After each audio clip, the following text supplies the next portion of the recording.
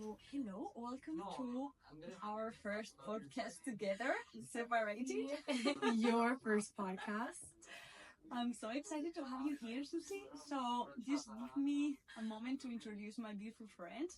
Her name is Susy Ayala, and she's from Colombia and Miami. And today we want to talk about how to navigate uncertainty because Susie has the life that I wish I had, which is basically living in Miami with a wonderful family. And she goes to the beach a lot and exercises a lot, but still, there's a few things that aren't perfect, right? Yes, comes with many obstacles. So yeah, living in Miami is paradise. Can't complain.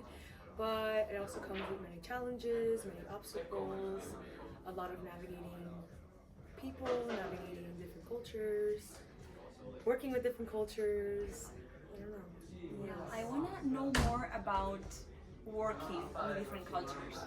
Like, how was that experience for you when you were at your last corporate job? Yeah, so in Miami, you probably get a little bit of everything. Um, I've worked with Europeans, I've worked with the French, which to me they're the hardest to work with, not because of, I would say, their culture. I think it's there's a difference between, I think, how Latinos work, which is very much more, they love to talk about their personal life, they love to chit chat right before they get into something serious, while, and maybe Europeans are more direct and they just want to get to the point and talk business and not really get to know one another and just get what they need to get done, which is fine.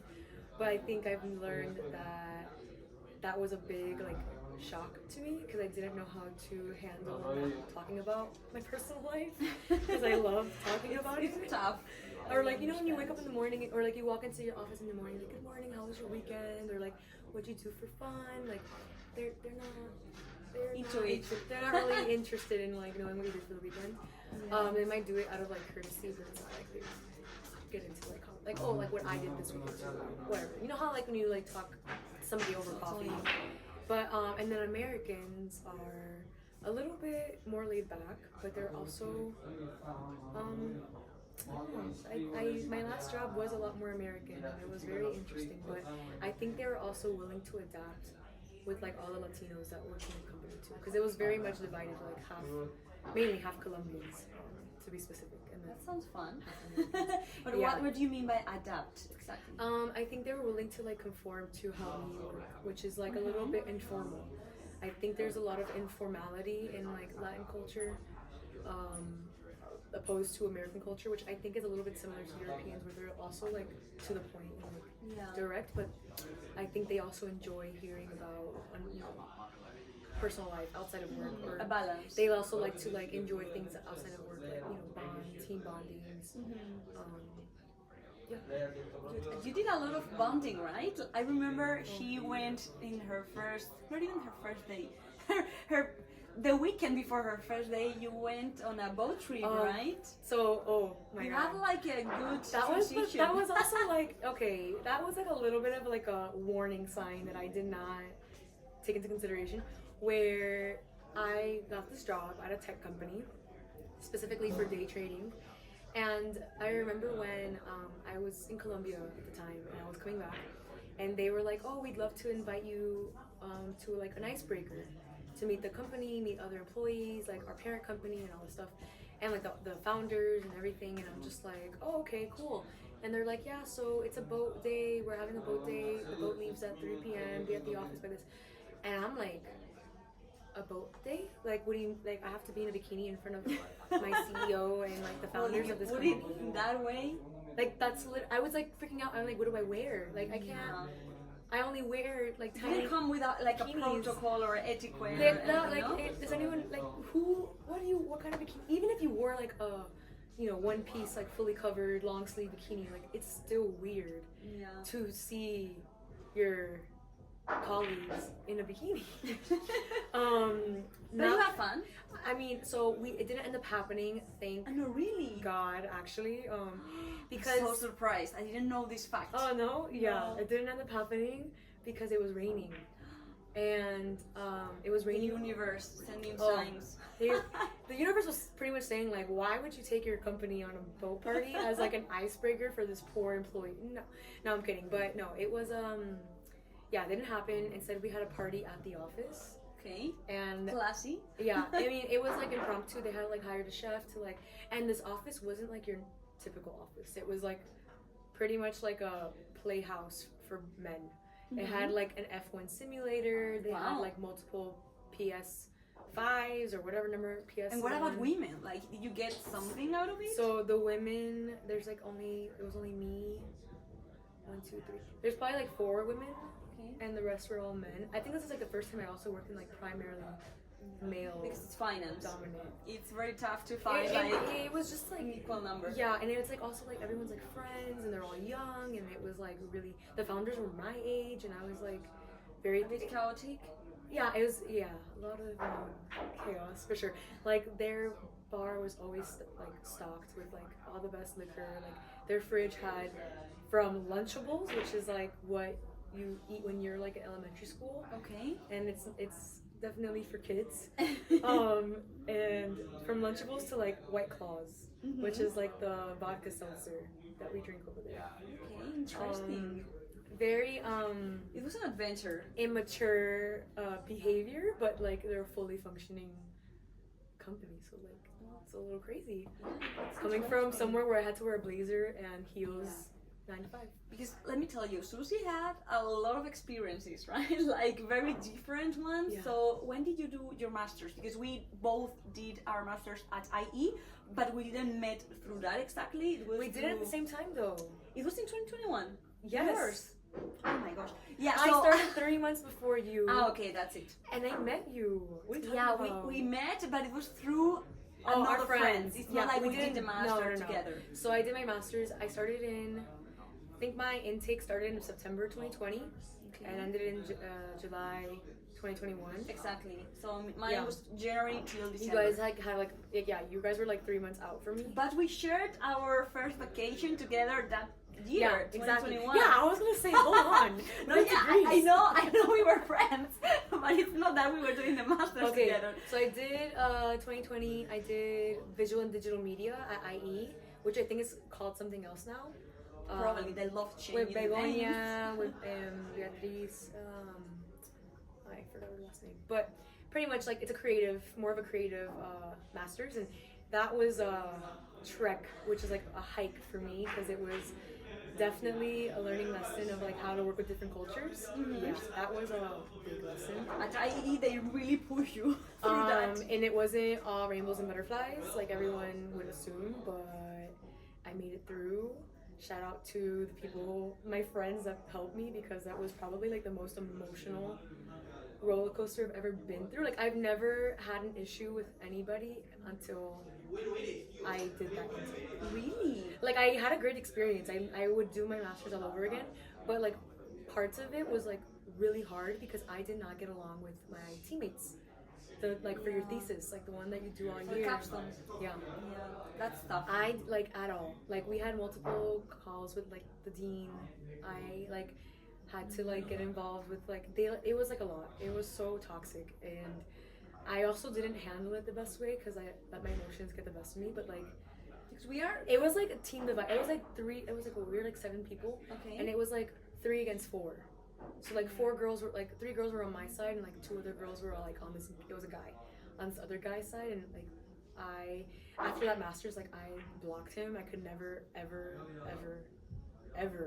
speak to somebody like that again. That like just treated me so terribly, brought out the ugly in me, like horrible. Just horrible. Wow, that's a, If you didn't know, now you know. Yeah, no. Yeah, now it I was know. tough. But then from that masters, you went back to Miami, and where did you start working? And then from that masters, I went back to Miami, and it took me a little bit, but I started working at a marketing agency called The Third Eye, and it was health and wellness, but primarily focused around senior primary health care, which is very interesting because obviously senior primary health care is not a topic of fun and excitement, but being in a creative marketing agency was a great experience in the sense that I learned what really fast-paced environment really means. And agencies in the US are just like extremely fast-paced. Like, it's like you're. I remember I didn't even have time to like shower. No. Some days, like I'd wake up. It's a 9 to 5 job, and we like it was like after COVID, right? So we still had like some hybrid. Oh, we started the hybrid schedule, and like I would work from home a lot more, like 3 out of the 5 days of the week. Yeah. And when I would work from home, like there were days that I just like wouldn't shower or even eat lunch because it's just like non-stop meetings back to back to back. And like at some point, I would think like, when do people like? And I started off as a coordinator, an account coordinator. Yeah. I was like, when do people work? And it would be obviously like after hours. So then like you're working like over hours, like because you can't work in between. But then like there's like so many meetings that were like nonsense that like it's like could have been an email, you know, like one of those. But it's just agency life is a lot of meetings, very very fast paced, especially like in an industry like that where like rules change. So like when you're sending out creative documents for print or for digital assets or any marketing asset, a lot of the times like you could reuse it and recycle, but other times you have to change like specific wording. So you have to like go back and like ask one of the graphic designers to change it, or like there's like radio spots where like you have to change like all the locations, all the phone numbers. Like it's a lot of like detail orientation and like. I guess but you like learned a lot, no? Yeah. I learned a lot, and like that was a lot. And after that? After that, where did I go after that? I think I was unemployed for a while, so like they laid me off. They lost the client that I was under, that account, and they had a lot of layoffs within the year.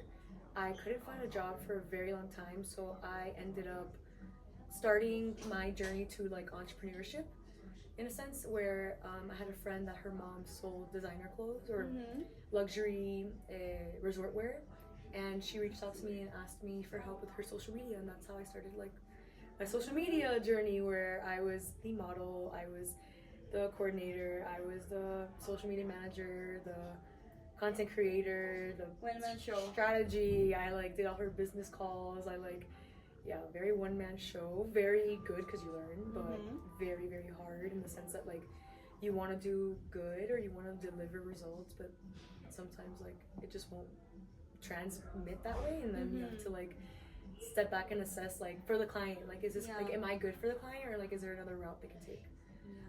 But it was still, at the end of the day, it was like all for like fun and games in a sense, because it wasn't like my client didn't really want to grow into anything tremendous, but she wanted to maintain like a good level, which I think we were able to help, but yeah, it was fun. And this all helps to where you are now, right? Yeah, everything leads to something. Yeah, right now Susy is self-employed and she's handling 2 clients, and that's what I love about my friends, because I feel they never give up. So even though sometimes it can be tough, but there's always a way to make things work. And first of all, I want you to explain a bit better what are you doing with your clients, because I feel it's super interesting. But also I want to know, how do you feel about it? Because it's been a journey. It's still a journey. The journey never stops. Arrive to the destination There's yet. no destination at this point. It's just going, riding the wave and seeing where I end up.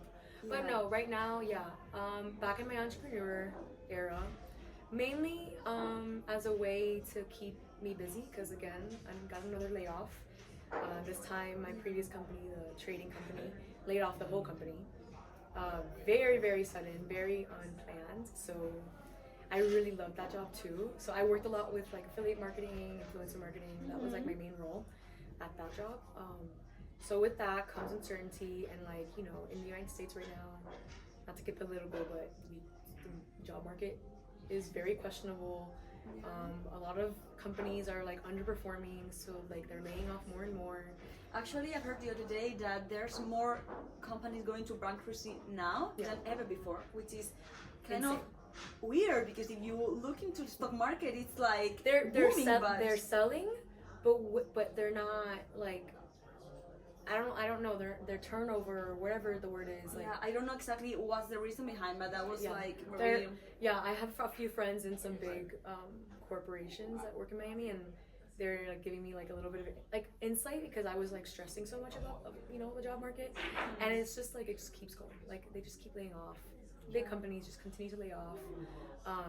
I don't know how, like especially like in the United States, like it's like we're like buying more, and like everyone's like, but no one's making enough money, but we're like spending more, and like it's just like it's all messed up. But not to get political, but yeah, it doesn't make any sense. So with that being said, I decided to I have to stay busy. Like I'm not the type to I love, riding the wave, going to the beach every day, going to Pilates, going to yoga, spending my days going to coffee shops and doing whatever I want. But also there comes a tendency where that like creeps in. You're like, what am I doing? I need to be doing something. I need to be, building towards my future.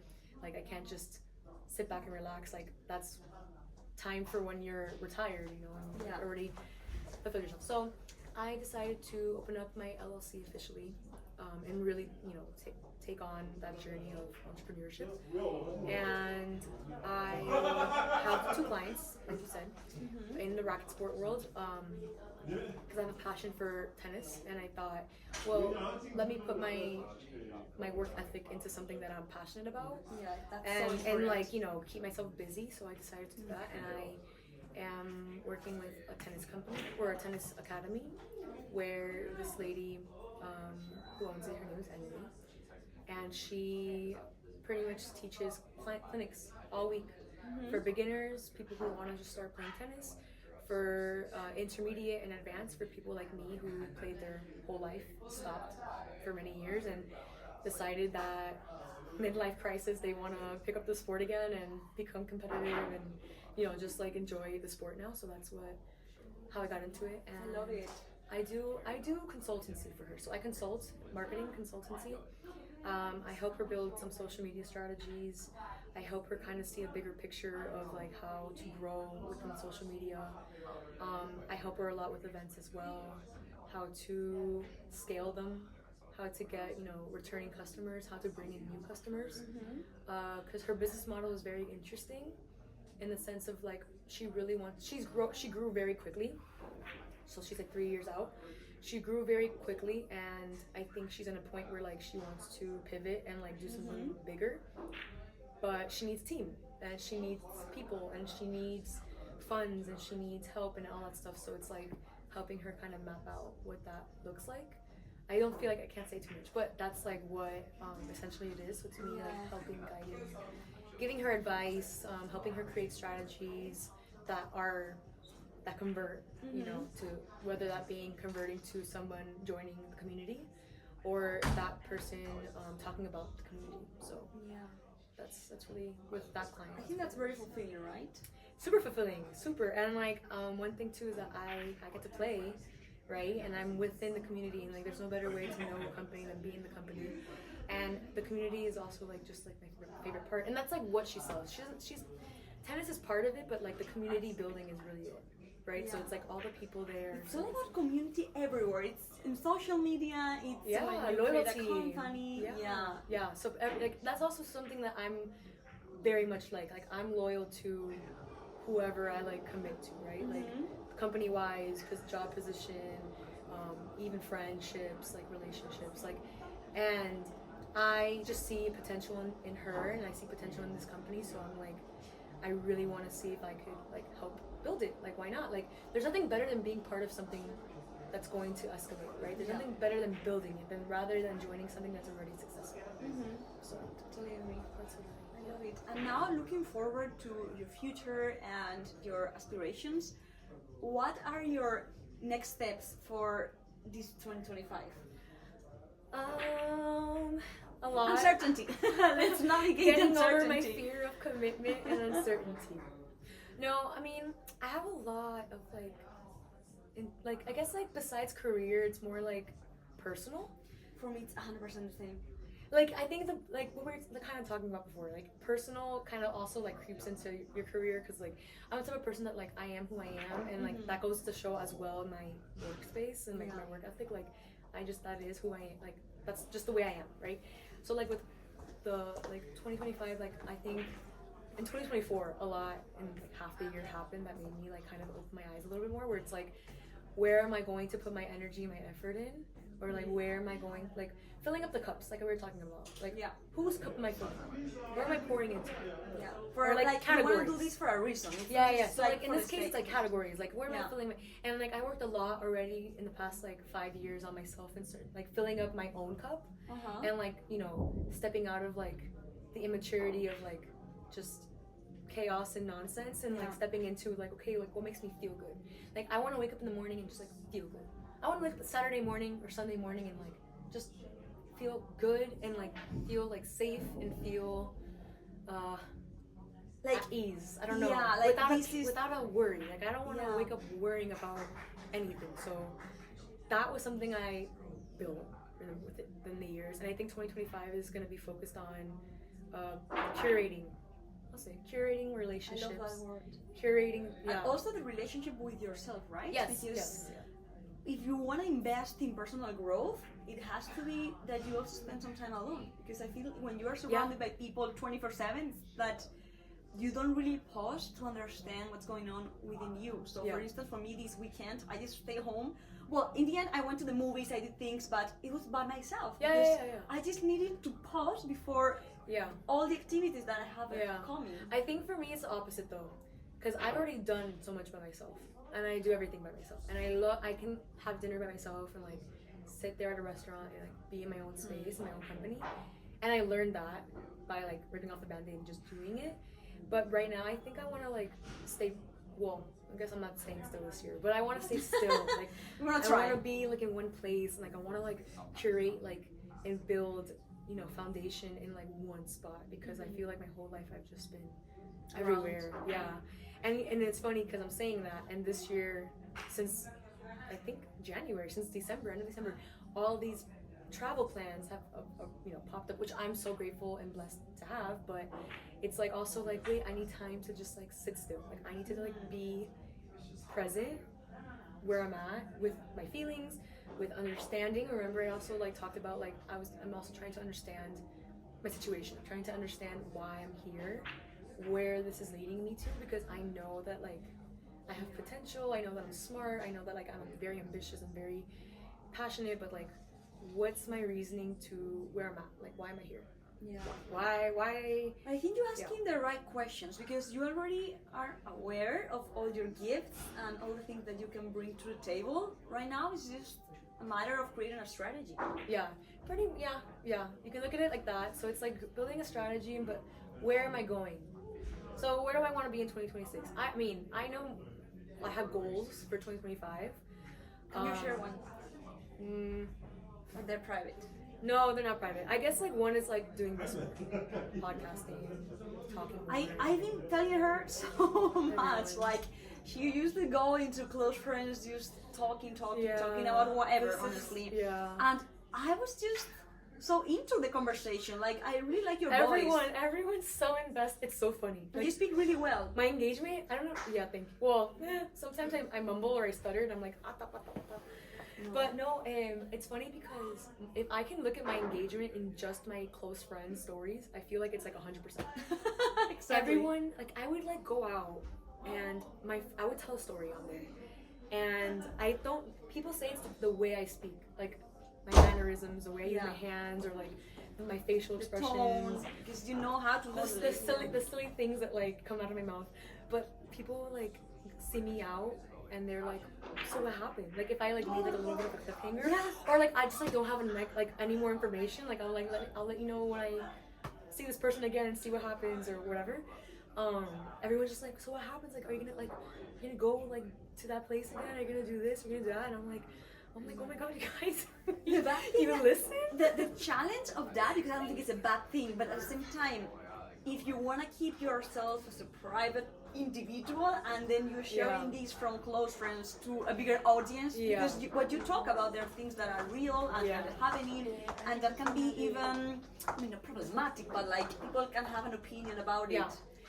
So that's why I stayed in my close friends. But everyone's opinions are always like, they're not against what I'm saying or like the situation. No, not right now, but when you go if I go to public, like obviously there's always gonna be somebody like hating. But one thing I do have like so I have a coworker that I worked with in my previous company, and she is also very social media savvy. You know, we work really well together, and she's younger than me, and she just like is much more in that space of like podcasts and how to like navigate negativity in social media. And she just tells me like, don't read the comments, and I'm like, I'm a nosy, curious person. Like, I'm obviously gonna want to read the comments, but she's like, that's why I'm gonna be your social media manager. Like, you're never gonna read the comments. And I'm like, Well, that's good.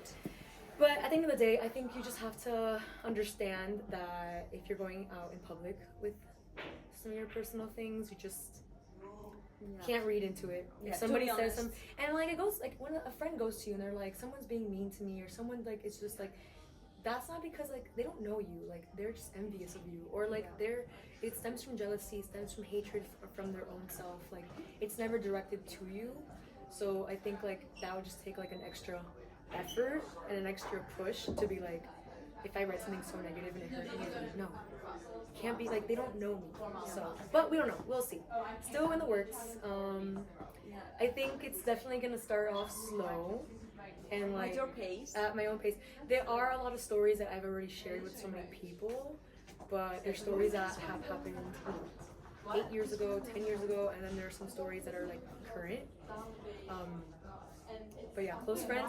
Yeah, that one has. It's also my close friends list was like 20, and now it's at 80.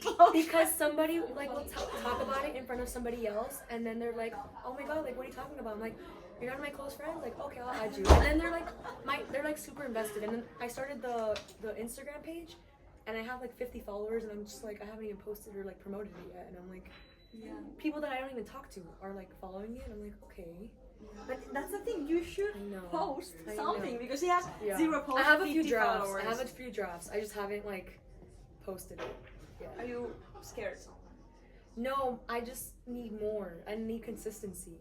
But the consistency you can build every day. It's not that you gotta create a bulk. I need to build like a better like timeline of like what I'm posting. So there's like a little bit of like a flow and storytelling. Yeah, no, it makes sense. Because I'm telling stories at the end of the day. It's like true, more so than like advice. There are barriers. I think you are kind of stopping yourself because you want to have everything perfect. Because perfection. Nothing's perfect, guys. Don't do it. Yeah, exactly. Just do it. Just exactly. Nike, just do it. Go for it. Post something, and then I mean the good thing is that if you want to create engagement, you gotta keep the story going. But you're living, right? Like you're doing this every day. I think I'm thinking like social media manager rather than like just somewhat like apart from it, because I'm like thinking like strategically in a sense. Like I want to have good, but I want to have a month, 2 months worth of posts before I post, and I also been advised that, right? But it's like I also like want a better storyline because I want it to be engaging and I want it to make sense. You're engaging just maybe I don't need that. You're right. Like maybe I don't need that, but that's like the social media hat that like I have on that's like telling me. My advice would be to just start and then of course create a strategy so you are not stressed about it and just creating content because of the shake of it. No, I know. But and then I'm like, oh, I want to invest in like good material, like good like cameras, good mics, and like good. But then it's like I don't need. You don't really need it. Like you have an iPhone, you can buy this for 40 euros. That light that it's terrible was like 10 euros. That's why maybe it's terrible. Maybe. I mean, of course. Obviously, like with time, obviously you build and you invest more. But yeah, that's something that is in the works for 2025. Everyone's been asking, and I also teased you didn't deliver. And I teased it. I teased it so bad to everybody last year, my close friends, like so hard, and and I didn't deliver, and now it's like major cliffhanger, and everyone's just like, when? Like, I see you tried on TikTok. How did it go? Oh yeah, so I challenged myself to post every day for a month, or I think it was like 2 months, until the end of the year. No, I mean I got like good views, but like no, like followers like didn't really convert. Followers is very tough. But how did it feel? Like, do you enjoy doing TikTok? Because for me, I don't love it. It's more for me Instagram and YouTube. I mean, I think it's the same thing. I kind of just like use whatever I would make in a reel as a TikTok. Yeah. Vice versa. But I don't really post on my reels. My reels on my Instagram is mainly like travel recaps. Yeah. And then on my like photography one, it's just like photography and like or like just like views, not really me. Yeah. So yeah, I guess I like TikTok. I mean, I tried a few personal videos of like get ready with me's or like how to curl my hair because one of my friends was like, Susie, your slick back ponytails are always perfect. Like your curls come out perfect. Like you need to do a tutorial. You need to do my hair. Yeah. One day. So like I tried it, but like it didn't pop off, right? I mean, I think TikTok is so saturated. Like it takes a lot of consistency, a lot of time engaging. Like I need to engage more on other people's content in order to like, get to mine and my show. Like it's like it's a lot. So I didn't hit all the spots. I just like posted. Oh. But I do a lot of tennis content, and that's just easy for me, and it's fun. And so yeah, I put some tennis content on there as like a recreational tennis player that wants to come back and pretend she's gonna go pro, but she's also 29, can't serve for her life, but very competitive. Well, but I mean that would be a role model, right? Yeah, if you make it. Yeah, well, but no, the motive there is to work in tennis, not to play.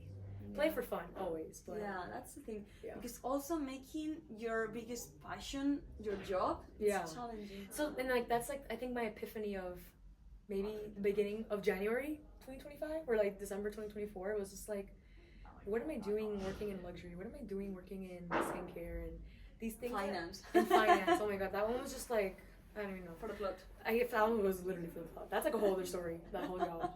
I don't even know if I can say some of the things, but it was fun while it lasted for sure. Like I had a great time, but definitely not serious. You gotta stick with the positive side of it. Yeah, no, I mean I had a great time. I don't think a job like that exists out there where like you just really party like to work, I guess, in a way. Or like you just like see people make so much money and it's like baffles you. But I did learn how to work, $500,000 revenues each month, so that was like a learning experience. I had a lot of heart attacks because I'm like, your money's missing. Yeah, where is it? But I did get a really good compliment from them, which was like, because I learned how to navigate, revenue and like report gross, net, all that stuff. One of my managers or directors told me like I'm a problem solver. So like I never realized that, and I think that was like a good like eye opener where I'm like, I guess that's true. Like if there's something to figure out, like I'll figure it out. Like where there's a will, there's a way. I've always said that. My whole life I've always said that. I didn't know it resonated with that. And I was like, interesting, like that connects. So yeah, that was a fun one. But the job itself was chaos. Yeah. It was like. I think it deserves its own Netflix show. No, you also deserve a Netflix show, I would say. In a good way. I don't know about that. I would watch you. Oh, Lord. Reality TV? Like the girly Miami show. Like, I'm thinking like Jersey Shore, but like not Jersey Shore. If you know what that is. Yeah, I know. Oh, okay, like I'm like a little snooky, but like. Yeah. But I think not going out to the bars, going into the yoga classes, every yoga studio in Miami. Yeah, but I mean, you can talk about those things. Yeah. And actually, we could record when I'm there in Miami. Yeah, about all these things. I mean, also and more podcasts. When I come back, I'll be back in. What did they say? April, May. Because honestly, this is a bit of topic, but I've been reflecting on how hard it is to have friendship that are long distance, because it's.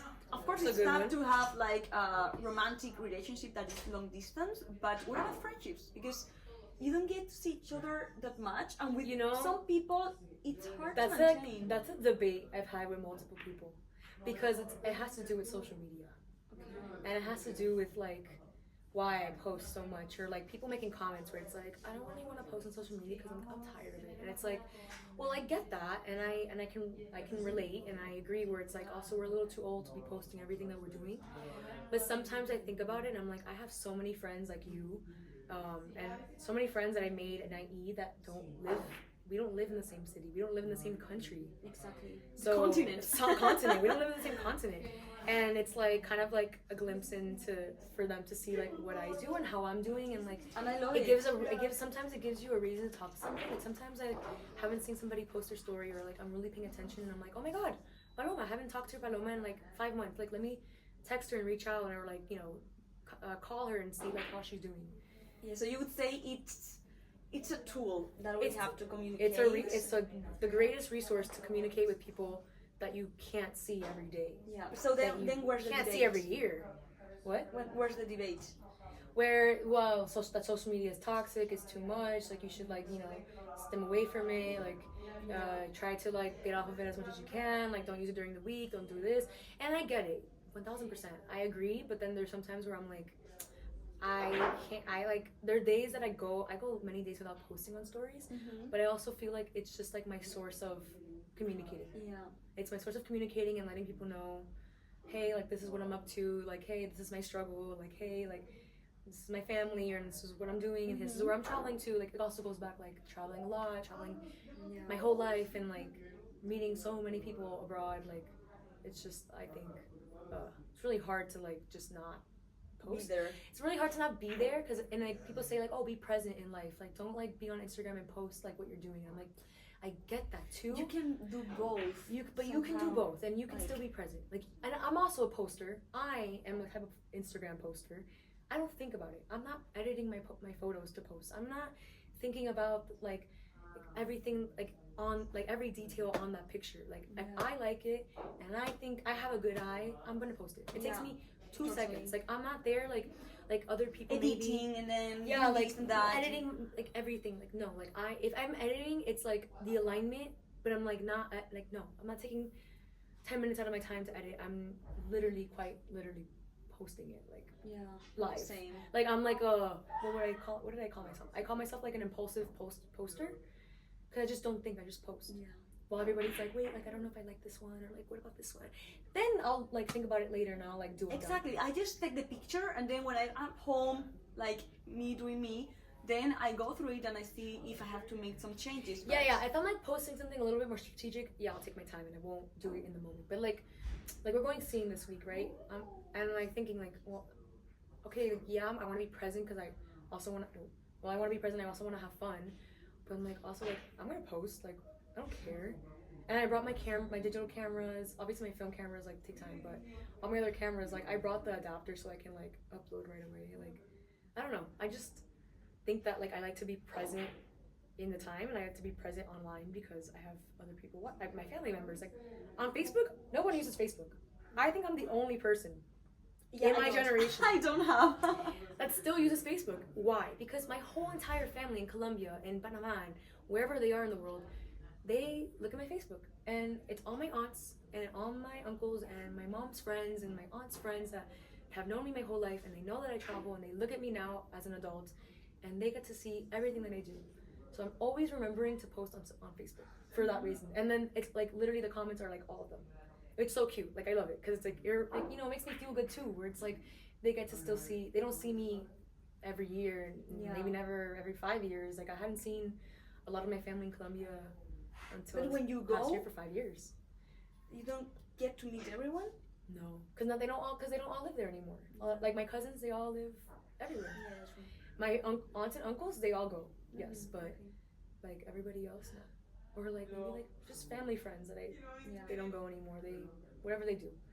So that's like another thing too, where it's like people are like, oh, you still use Facebook? Like I have the app, and sometimes I open it and I like look through it, and everyone's like, why do you have Facebook? I'm like, because I still have like a purpose. Like there's a reason to that.